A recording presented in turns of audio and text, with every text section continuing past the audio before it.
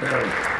Good morning, Speaker, and thank you. My question through you to the Minister responsible for women's issues. Speaker, we recently began public hearings for the Select Committee on Sexual Violence and Harassment. Committee work has been progressing very well in examining sexual violence and harassment in the workplace and beyond.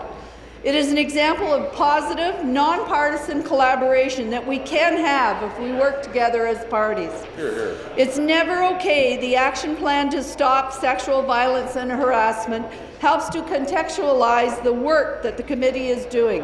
I know the purpose of the plan is to engage everyone in communities, classrooms, workplaces across Ontario in the conversation about how to stop sexual violence and harassment. Speaker, through you to the Minister, can you say that we have begun to see an impact? Thank you. Minister of Children and Youth Services responsible for women's issues. Thank you, Speaker. And I want to thank the member from Barrie for asking this very pertinent and timely question. Indeed, our approach is having an impact. Speaker, our government's ads that have been out there in the public domain have been viewed by more than 7 million people. On the Ontario government YouTube page alone, over 1 million views.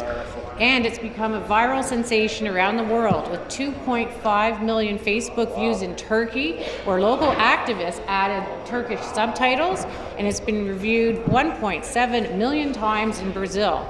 Given the number of the people around the world have seen this ad, Speaker, in English and French and international translations we've posted, we know it's resonating. Other nations where the ad has been widely seen on YouTube includes the United States, the Philippines, India, and France. By having this discussion as a society, we can do a much better job of increasing awareness and having an open discussion about sexual violence. Thank you. Thank you. Supplementary. Thank you, Speaker. My next question also is for the Minister responsible for women's issues.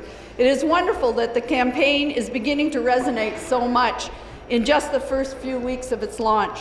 It makes me very proud to be a member of this government to see such wide interest, receptivity to our ad, not just in Ontario, but in Canada, but internationally as well.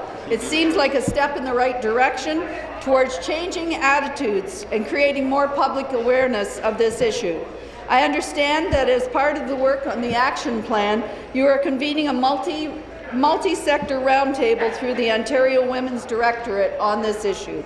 How will the roundtable help to improve the experiences of survivors that come forward about abuse and make workplace and campuses safer and more responsive to complaints about sexual violence and harassment? Through you, Speaker, to the Minister. Thank you. Minister. Thank you. So the Permanent Roundtable on Sexual Violence and Harassment is a forum of experts, Speaker, that will advise government on our initiatives and all the issues and opportunities around sexual violence and harassment. And there are many diverse voices around that table, Speaker. We have representatives that have significant frontline support who work with different communities. The roundtable includes experts on issues affecting specific populations as well, such as Aboriginal persons, Francophone, LGBT, newcomers, persons with disabilities, youth and older women, as well as boys and men.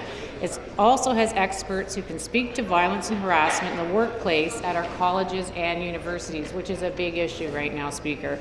So I'm very pleased that the Select Committee is moving ahead, and the roundtable will be kept informed of the work of the committee and coordinate the efforts. Thank you very much.